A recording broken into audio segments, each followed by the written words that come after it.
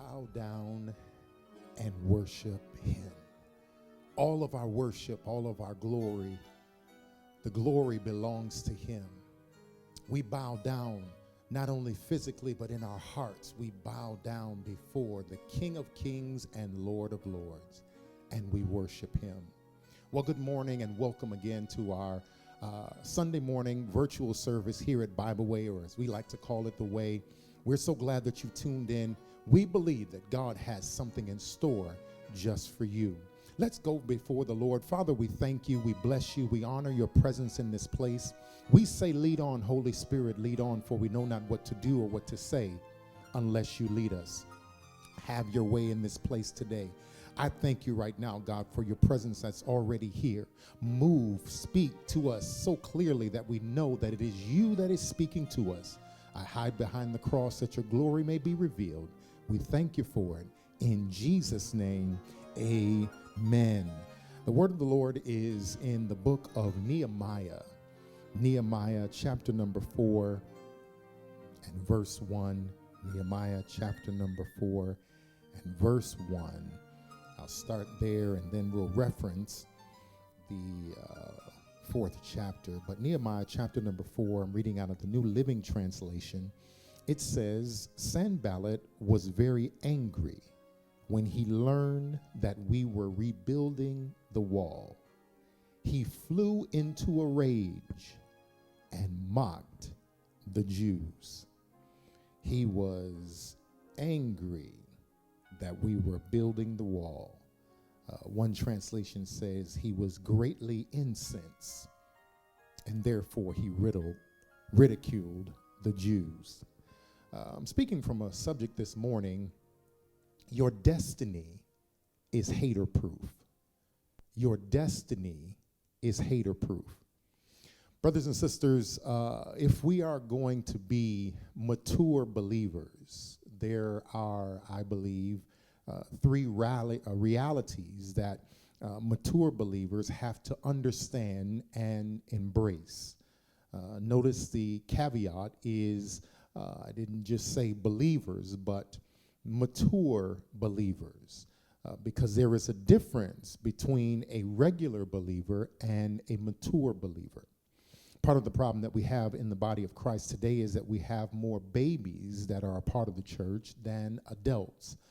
We got more believers, but we need more mature believers.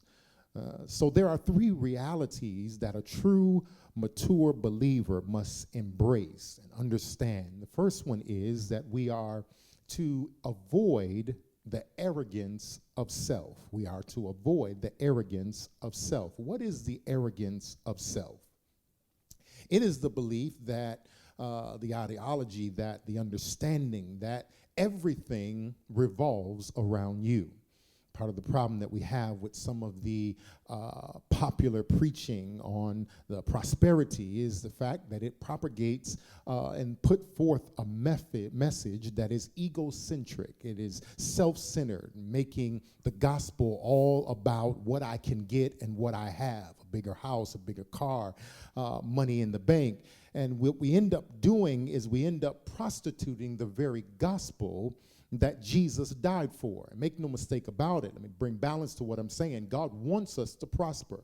His word says that it is will that we prosper and be in health, even as our soul prospers. But it is not only about you and what you can get. God arrested me some time ago and said everything concerning the message of prosperity should point back to him. We also have this responsibility to love one another. Jesus said, how else will you know, or men will know that you are my disciples unless you love one another? The mature believer gets beyond the arrogance of self because they understand that it is not just about them. The second reality that the mature believer must embrace is the adoration of the sovereign. The adoration of the sovereign. One, the arrogance, avoiding the arrogance of self. Two, the adoration of the sovereign. Because the mature believer believes and understands that at the core of our Christian experience is the fact that God created us. He called us to give him worship.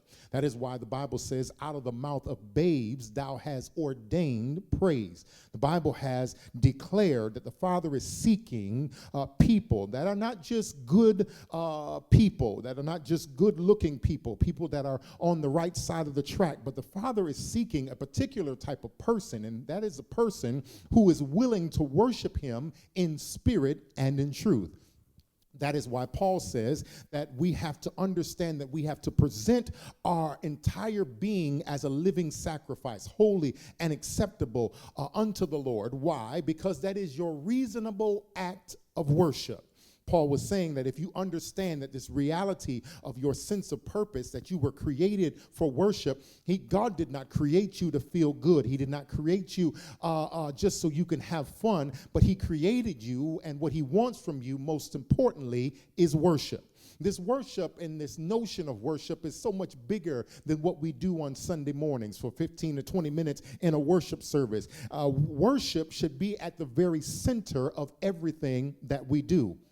That means how you handle your boss on your job is an act of worship. How you handle difficulties in your relationship is an act of worship. How you handle your finances in your daily life is an act of worship, because the mature believer understands that he was created to give adoration of the sovereign. First reality is avoiding the arrogance of self. And the second reality is that we have to understand that we were created to give adoration to the sovereign. But the third reality is where I want to park today, is that every mature believer must understand, number 3, in life there will be accusations of Satan.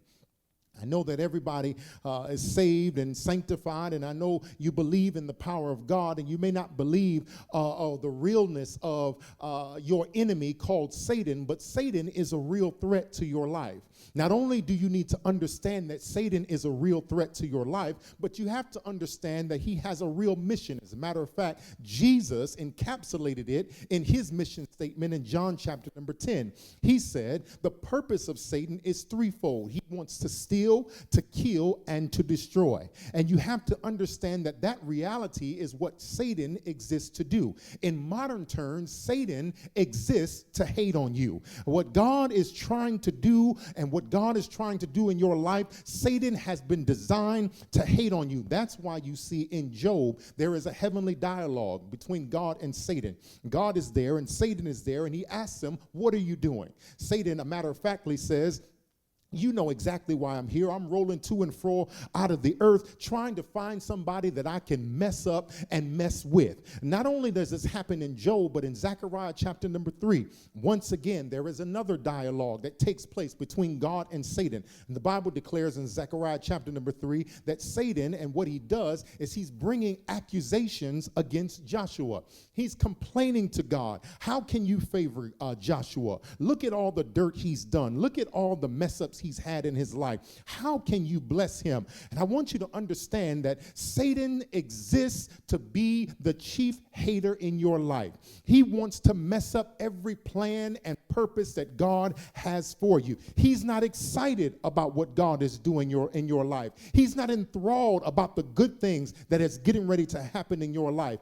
That is why Paul says in Ephesians chapter number 6, that if you are going to be a mature believer, you have got to put on the whole armor of God. And notice he said something about this armor. We celebrate this armor. We shout and dance about putting this armor on. But sometimes I think we miss the profundity in this point, because Paul says the reason why you have to have this armor on is so that you will be able to stand. And when you have done all to stand, that you can stand therefore. You can always tell people that don't have their armor on, because when the dust finish flying and the accusations and the attacks of the enemy come, they are not able to stand because they don't have that armor on. You have to understand that this armor is not necessarily only about you getting all of the great things that God has promised you, but you have to understand that when you have this armor that God has given us on, When the enemy gets wind of what God is doing in your life, he is getting ready to come to disrupt and destroy everything that God is trying to do. So if you are going to be able to make it, you have got to be able to have your feet firmly planted to be able to stand and withstand the fact that the enemy is coming to take everything that God is trying to do. I'm trying to get you to understand that Satan is the chief hater. And I know you're saved. I know you're sanctified. And I know some of you are super deep, and so deep that you believe that this notion of Satan being a hater is really too lofty. But let me see if I can come right where you are, right there in your living room, right there watching where you're watching. Satan doesn't have to show up himself, because Satan has pawns that he likes to call people that he will insert right in your life. And every now and then, when stuff really begins to happen the way you want it to happen, the way God says it's going to happen, Satan will send some folks in your life, and their main responsibility is not to love on you and pat you on the back and cheerlead you and say, go ahead, I'm so excited about what God is doing for you, but rather they have a demonic hater mentality, because they don't like what God is trying to do in your life. Please understand, I know you see yourself in the future. I know some of you all are shifting and some of you are moving to the next level in God, but you have to understand that as you shift and as you see yourself in the future and you move to a higher heights, the enemy has already sent some folks, then they're on a special assignment, and their assignment is to hate on you every step of the way. They don't like the fact that you're saved. They don't like the fact that you're getting delivered. They don't like the fact that you have breakthrough coming on your life. And their responsibility is to stop you by hating on you and hating on the assignment that God has for your life.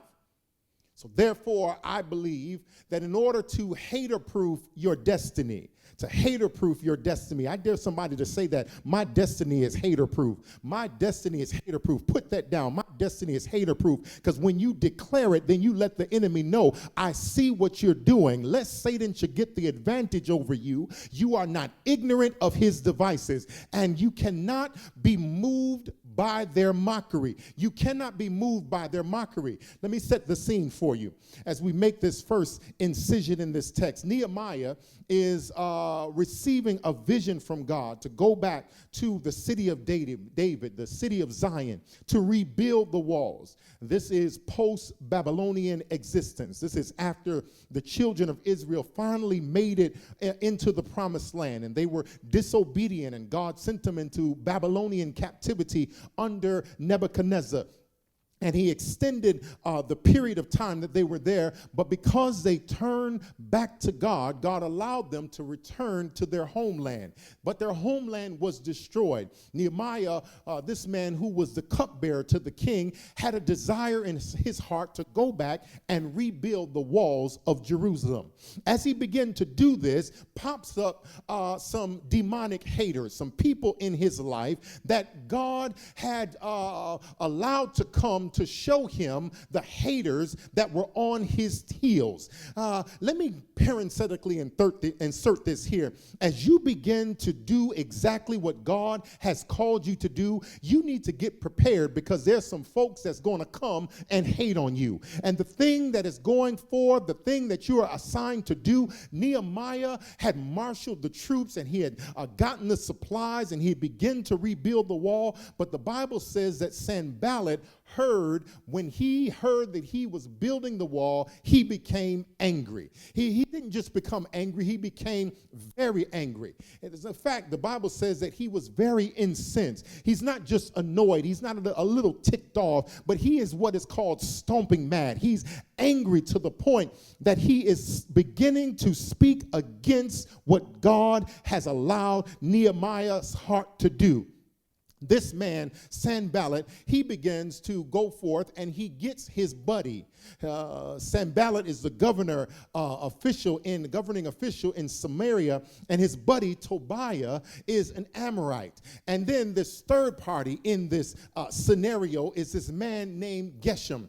and he was Arabian. So these three wicked men, along with the army of Samaria, they were hating on the Jews, especially because of this project to rebuild the wall that Nehemiah was leading, and they began to hate on them. They began to hate and do what haters normally do. And they began to say very bad things and negative things about Nehemiah and the Jews. The Bible declares that the very first thing they did is they began to say some very nasty and negative things about them. They began to do what normal haters do. They open up their mouths and speak negativity about Nehemiah and the Jews. They began to ridicule them. Some translations said they began to mock them. But I told you that if you are ever going to hater-proof your destiny, you cannot be moved by their mockery. It doesn't matter what they say. I come to tell you, don't buy into it. Don't allow it to affect you. You need to understand this, because the harsh reality is this: your haters are going to say some very negative things about you. Sanballat, Tobiah, and Geshem, and the army of Samaria, they said some negative things about Nehemiah and the Jews, and they were really specific in what they said. They said specifically 5 things, and I want to give them to you very quickly. They said, number one, what are these feeble Jews doing? You're feeble people. What are you doing here? The key word in this mocking rhetorical question is feeble. Sanballat, Tobiah, and Geshem know that the Jews rebuilding the wall is extremely important. And here is how you know that they are hating on them, because they know that the works that these Jews are doing is extremely substantial. But they call them feeble in order to demolish the work. See, if I can make it plain, if you are going to stop the work, you first have to call them feeble, because in order to demolish and dismantle the work, you have to dismantle and demolish and try to destroy the workers. In order to attack the work that is substantial, they have to first make the workers feel insignificant, because anybody who feels insignificant never can do a significant work. That is why your haters will call you everything but a child of God. That is why your haters are running you down over dinner. That's why they are saying negative things about you on social media, and the enemy is playing mind games with you, because it's not really about you and about me, but it is about because of the fact that they know that God has called you to do a great work, and they will try to stop that work by demoralizing the workers. And the only way they can mess up what God has predestined is to mess up the person that God has designed to do it. But I wonder if there's anybody that can tell the enemy and your haters, it does not matter what you say to me. It does not matter what other folks think about me. They are not going to destroy my destiny, because my destiny is hater proof. They called them feeble, but you have to get it in your spirit that your destiny is hater proof. And because God has validated you and put his anointing on you and has given you the approval, you don't have to worry about anybody that's coming against you, calling you feeble, and that you are not going to be able to do it. They call them feeble. But not only that, they say, secondly, it's just a few of you all. It's just a few of you all. They call them feeble, but then they say, it's just a few of you all. In the presence sense, they're saying, what are you feeble Jews doing? And then they ask the question, will they restore their wall? They're mocking them, saying they're going to restore the wall. Sanballat, Tobiah, and Geshem, they were trying to say it's too few Jews to successfully do this work.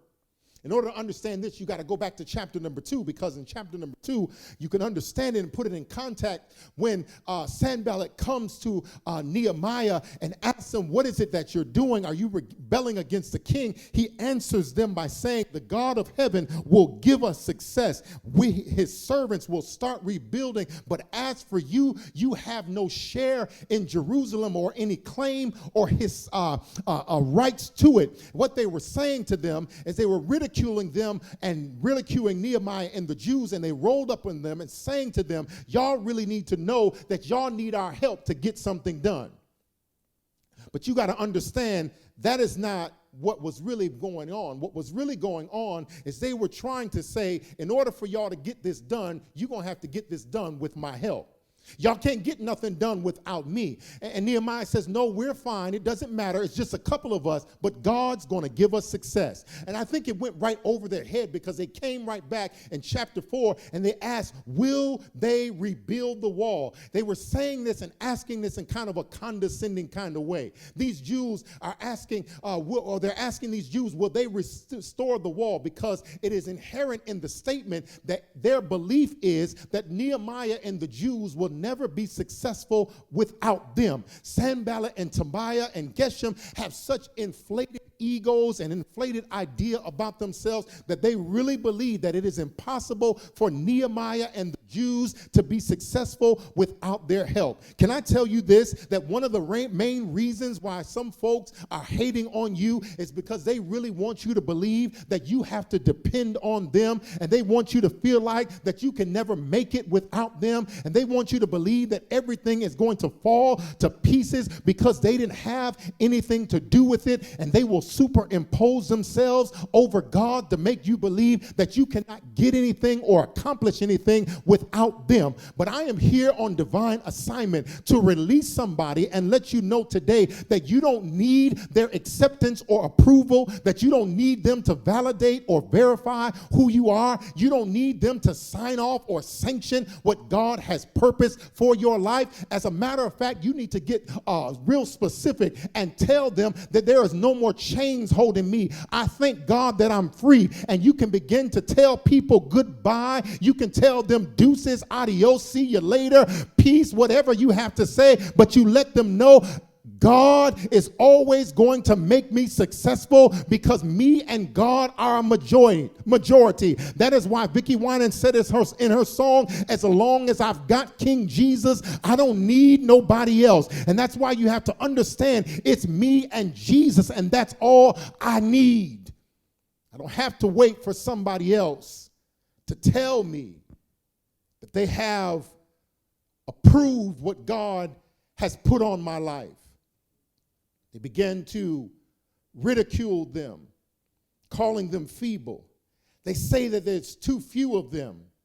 But not only that, they say also, will they offer sacrifices?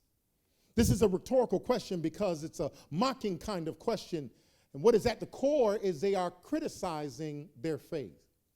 They are saying to them, will they make sacrifices? Why is this a rhetorical kind of question? Because Nehemiah had already established that his faith and the faith of the other Jews was in God. In chapter 2, they said, it is in God, and God will give us success.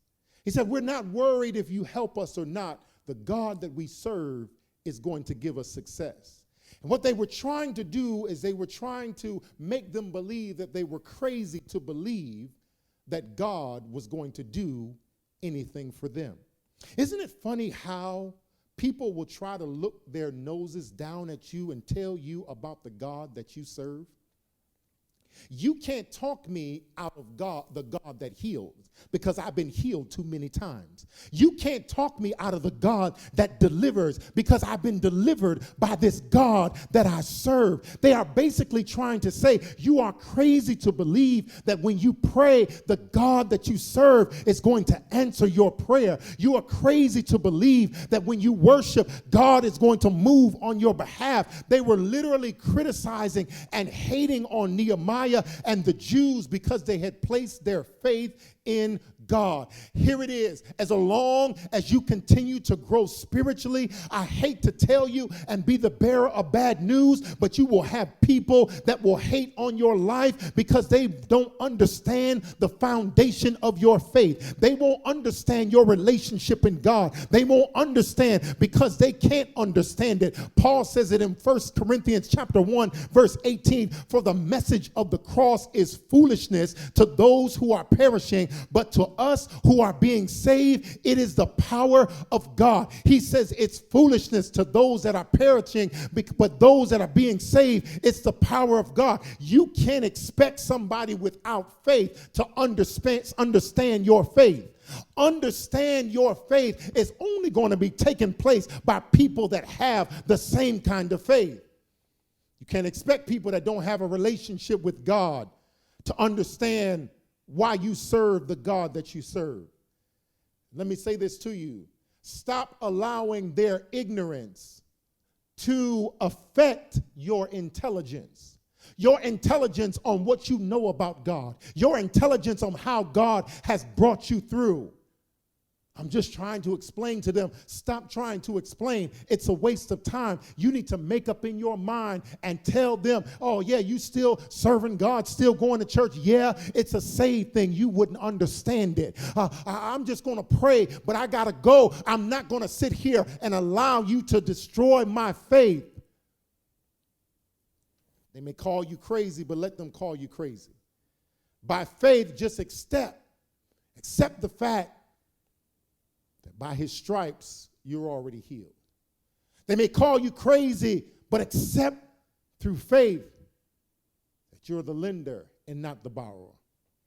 Accept it by faith that you are more than a conqueror, that you can speak those things that be not as though they were. That I have the faith the size of a mustard seed, and I can speak to the mountain and demand that the mountain be moved. Because it's going to come back around. They may call you crazy, but when they look at their life and you look at your life, when they look at themselves, they're going to realize the fact that they're broken, but you're blessed. They're going to look at the fact that they are on the bottom, but you are on the top. They look at the fact that they are destroyed, but you are delivered. It is a faith thing, and they wouldn't understand. They tell them they are not going to make it in this sacrifice. How can you see yourself accomplishing this? Because I see myself healed. I see myself delivered. Because I have the faith of God. They call them feeble. And you need to make a mental inventory of everybody you allow to speak in your life, because the power of life and death is in the tongue. You need to find out whether the people that are around you, the friends that you have, are fickle friends or faithful friends. Because if they're fickle, they can't ride with you. You need some faithful people riding with you, some people that will see it like you see it. People that will say, I'm not going to allow this negativity to come around. So A, they called them feeble. B, it was too few of them. 3, they criticized their faith, but then they begin to question their fervor. This is yet again another rhetorical mocking question, because they asked them, will they finish in a day? They understood that they could not put a stop to the work. What God had already started, they're trying to do now is they are trying to stop it by their attacks. And they are attacking the enthusiasm and the dedication of Nehemiah and the workers. So they make this mocking statement and they say, okay, you think you're doing fine now. You're on fire, you're working now, you're excited about rebuilding now. But what they're really trying to say is, will it last? Will it last? This is a mocking statement because they're saying things are all right now, but is it going to last? There will be people that will say some stuff to you that if you're not careful, you will miss it. It's very subtle. And they say, will they finish in a day? They're rebuilding the process, and they know it's not going to happen overnight. In fact, they know that in order for them to work, they had to work 24 hours in the day. But it's not how you start, it's how you finish. What they're trying to say to them is that they're rebuilding the wall in the hottest time in the calendar year in present-day Palestine. And because they could not stop them from getting started, what they are trying to do is sow negative seeds to discourage them from finishing the project. It's not so much how they started, it's the fact that they don't believe that they can finish it. So they begin to tell them, ask them the question, do you believe you can survive? Working under this scorching heat in the hottest time of the calendar year. Do you believe now that what they are trying to do is sow negative seeds to ultimately cause them to give up and throw in the towel? Brothers and sisters, let me make this plain to you. Another reason why you are dealing with some of the things that you are dealing with is because of the fact that the enemy cannot stand that it was not able to block you and stop what God has started in your life. And now, furious about this new thing that God is trying to do and taking place in your life, people don't like the fact that you're saved. They don't like the fact that you have found a home in the body of Christ, that people love you despite your past. The fact that you are worshiping God in spirit and in truth, that you are honoring God with your body, with your mind, and with your soul. And they're hating the fact that you don't do the things that you used to do. So they're looking for an opportunity to tell you, yeah, you on fire now. Yeah, you serving God now. But is it going to last? But I believe that there's somebody under the sound of my voice that will stand and declare, that has the courage in the face of the enemy to stand and say, I am going to be a tree planted by the river, and I shall not be moved. The race is not given to the swift, but to him that is endures to the end. Anybody knows that the kingdom that suffers violence, but it's the violent that take it by force. But I cannot be discouraged. I cannot be moved. I cannot be derailed from my destiny, because I'm not going to allow what you say, what you do, to discourage me. I'm motivated. I'm serious about what I'm doing, and it's not going to work. The last thing they tell them is that it cannot be fixed. You cannot be moved by their mockery, because the haters are going to say negative things. They are going to make remarks to try to destroy your enthusiasm, your motivation. But then they say, I know you think you all of that. I know you think that you're going to do what God has called you to do, but it cannot be fixed. In other words, what they are trying to tell them, because of the heap of rubble is burned as it was, there is no way that these stones can be brought back to life. What God is trying to say to us is there will be people in our lives that will tell us, suggest to us, that there is no way you can fix your life.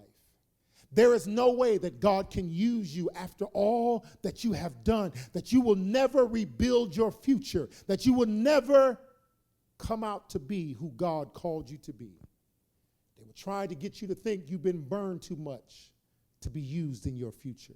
They will try to make you think that there is too much in your past in order for you to have a strong future. He's trying to make you think that you've been too many trials in order to fix your future. But I come by to tell you, you don't need to worry about what the enemy is trying to say. When he tries to tell you you're damaged good, that you're too damaged to do anything for God, that you're too damaged to have a testimony, too damaged because maybe your father walked out or your mother walked out. Maybe you were labeled when you were younger. Maybe you look like you would never make it. But if you go back to the word in Matthew that declares the stone that the builders rejected has become the chief cornerstone. In other words, where they kicked you out, Jesus is now there to receive you. Where they lied on you, Jesus is receiving you. When they scandalize your name, Jesus is receiving you. When they try to mess you up, Jesus is receiving you. They're smiling in your face, all the while trying to take your place. The backstabbers, Jesus says, I'm still receiving you. Because when you come to me, you don't have to come to me perfect. You don't have to come to me with your T's crossed and your I's dotted. All you have to come to me is with a willing and open heart and saying, God, I'm here for you. Use me at your service. Somebody today has allowed the negativity that has come against you to stop you from what God is trying to do through you. And I come to tell you, please don't get discouraged. Don't throw in the towel. Don't let it derail you, because your destiny is hater-proof.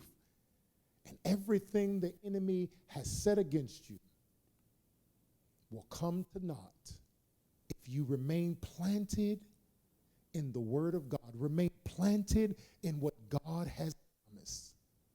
And you will see everything that they said, God has already declared, vengeance is mine, saith the Lord, and I will repay. Come to him and watch him work through you. Father, I thank you today. I bless you because your word is true. And because your word is true, let every word of man be a lie. Father, I thank you today that somebody watching, somebody that is listening, needed this word, needed to hear that their destiny is hater-proof. Somebody has been discouraged because of the things that have been said, the things that have been done. But God, you are encouraging them that as we keep our faith strong in you, no weapon that is formed against us will ever prosper. Father, I thank you for it. In Jesus' name, thank God and amen. Well, God bless you. Your destiny was established before the foundation of the world. Before you were formed in your mother's womb, God already had your destiny in mind. Don't allow things that you hear, things that come to distract you and derail you, to stop you.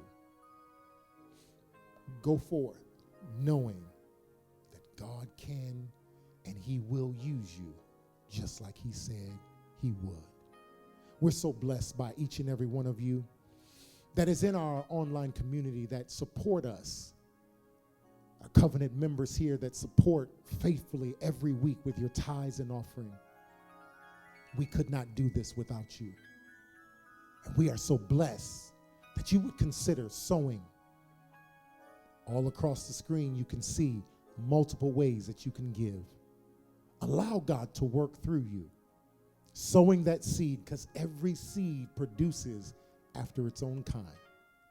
God will show up in the area of your finances when you trust him, knowing that he cannot fail.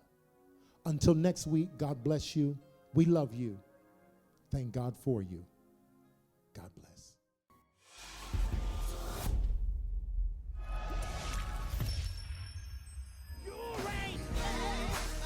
God, you do